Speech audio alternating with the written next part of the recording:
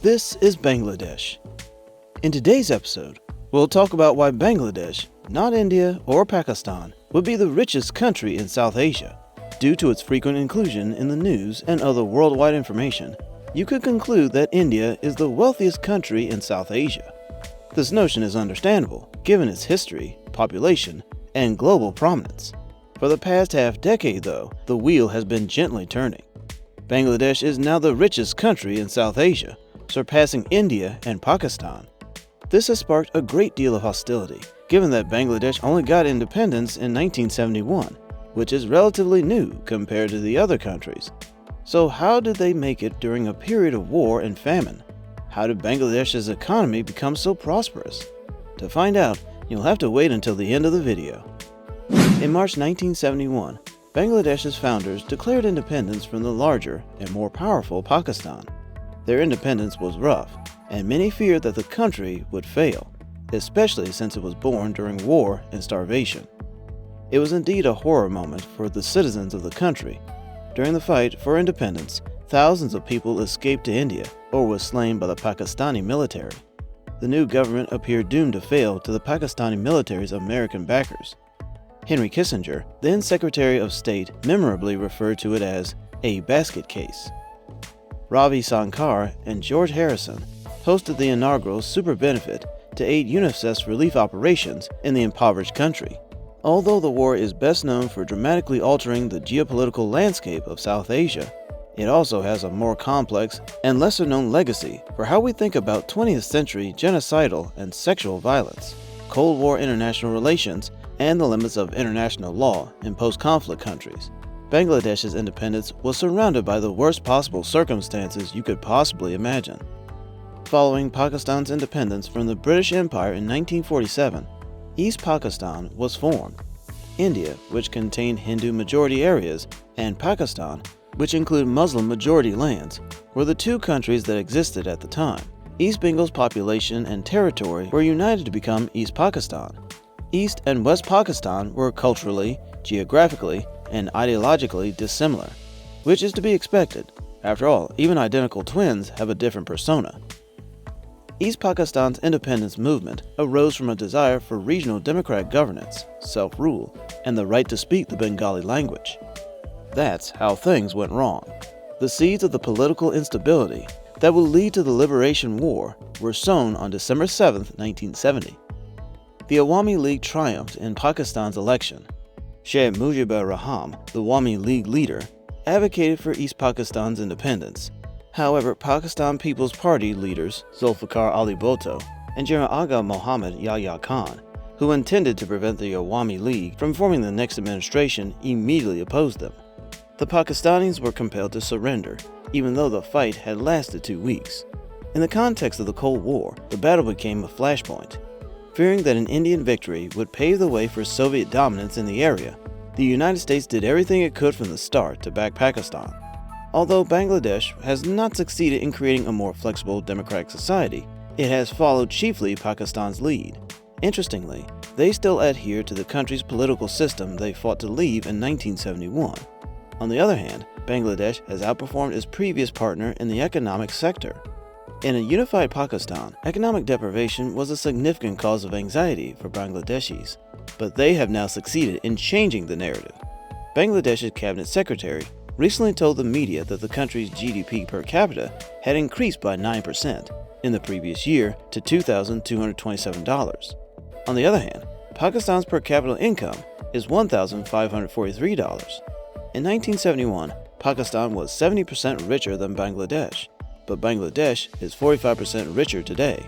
It is feasible that we would seek aid from Bangladesh in 2030, says one pessimistic Pakistani economist.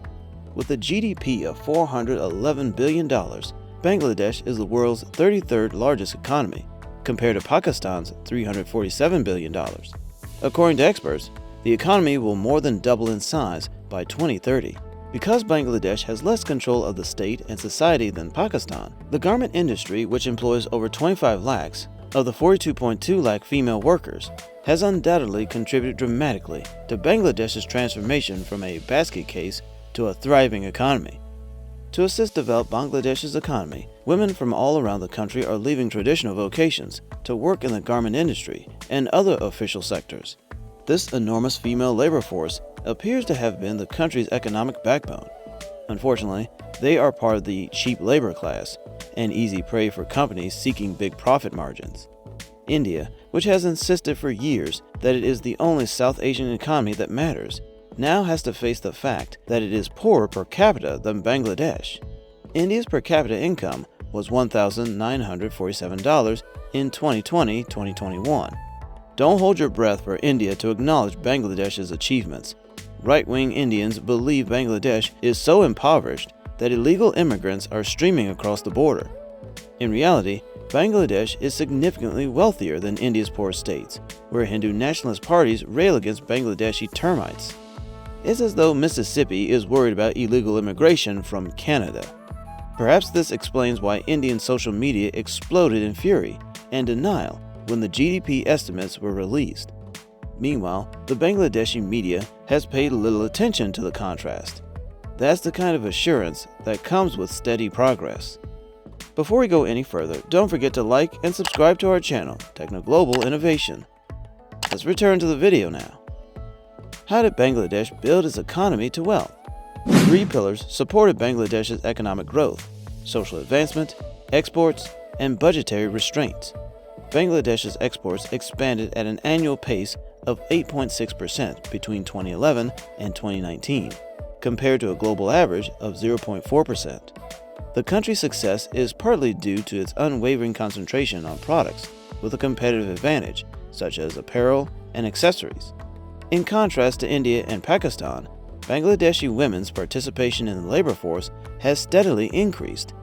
In addition, Bangladesh has maintained a governmental debt-to-GDP ratio of between 30 and 40%. India and Pakistan emerged from the pandemic with government debts estimated to be nearly 90% of GDP. Bangladesh's private sector has been able to borrow and invest because of fiscal discipline. Bangladesh's rise has brought with it its own set of problems. The country's exports benefit from participation in several tariff-free entry procedures. To establish economic systems, such as the GSP of preferences of the United States. Only the world's least developed countries have access to these partnerships. Due to its rapid expansion, Bangladesh would most certainly be compelled to give up these rights by 2026. The true heroes in Bangladesh were the diaspora workers, who had sent an ocean of foreign monies back to their respective regions. This was the land of chance and fortune. Millions of people were able to find work in oil-producing countries as a result of the OPEC oil boom, and their remittances flow back into the rural economy and the hands of women. Women's spending habits differed from men's in that they put money into their children's education. It also sparked the beginning of women's empowerment, a story unique to Bangladesh. In the growth drive, Bangladesh experienced a significant private inflow of resources into the rural sector. The current was more powerful than government transfers. It also engaged with community mobilization by non-state actors. It fueled the already thriving entrepreneurship and ingenuity among those who had flocked to this fertile delta in waves, building resilience in the face of periodic disasters. Survival necessitated creativity, which is now accompanied by the call to construct a nation. Remittances to villages, the creation of local providers, and a convincing exchange rate reform had given the rural economy, a tradable sector, a considerable boost early in the nation's expansion. In the aftermath of the war's damage, the government increased its support by reconstructing agricultural rules, allowing farmers to take advantage of market opportunities and ensuring that bridges and highways connected every nation's nook and cranny. It took more than 9 hours to go from Dhaka to our village home in the early 1970s. This travel may now be completed in under 3 hours. Chances continued to present themselves, and the state continued to respond. In the 1980s, a Korean company ventured into Bangladesh, spotting a booming market begging to be exploited. In exchange, the corporation almost accidentally exposed Bangladesh to global garment production. A government initiative to provide all garment exporters duty-free access to imported materials via a bonded warehouse system built up what began as a single Bangladeshi company's enterprise. But how the country handled itself with the investment the Korean company made is a clear lesson to the world.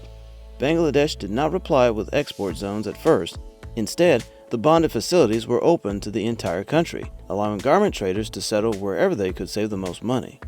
Bangladesh is now the world's second largest garment exporting hub, employing millions of young women and increasing women's involvement in the labor force, which has already been increased by income and community mobilization. By the mid-1980s, the government had executed a new economic plan and secretly abolished Bangladesh's own License Raj with a pen, 5 years ahead of India. Bangladesh had begun to engage in trade liberalization by the late 1980s, progressively changing away from the traditional import substitution focus. The public sector remained dominant in the economy, but the state tapped into the underlying entrepreneurial spirit of rural communities and private producers over time. Its competitive advantages will grow as its economy evolves. As Vietnam and others have done, it will have to change its focus away from clothes and toward higher value exports. Bangladesh, like other countries, will be put to the test during the transition. On the other hand, the government needs a strategy for the next decade or longer. The plan should be aimed toward new kinds of globalization and economic development. The best course of action could be to sign free trade agreements to keep access to the industrialized world's markets. According to Bangladeshi officials, work on an FTA with the Association of Southeast Asian Nations has begun, but much more work is needed. Bangladesh should compare itself to Vietnam, a member of the China-centric Regional Economic Partnership, the successor to the Trans-Pacific Partnership, and has negotiated a free trade agreement with the European Union in 2019. It will be challenging to reform Bangladesh's trading arrangements, so action must be taken now. Dhaka, in particular, would need to strengthen its negotiation skills. Its trade ministry lacks a dedicated team of policy experts.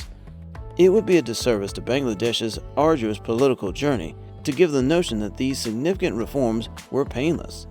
Sadly, long before the world legally recognized the terms fragile, conflict, and violence in development parlance, Bangladesh faced and overcame military dictatorship, ruthless political assassinations, and insurgencies to restore its democracy.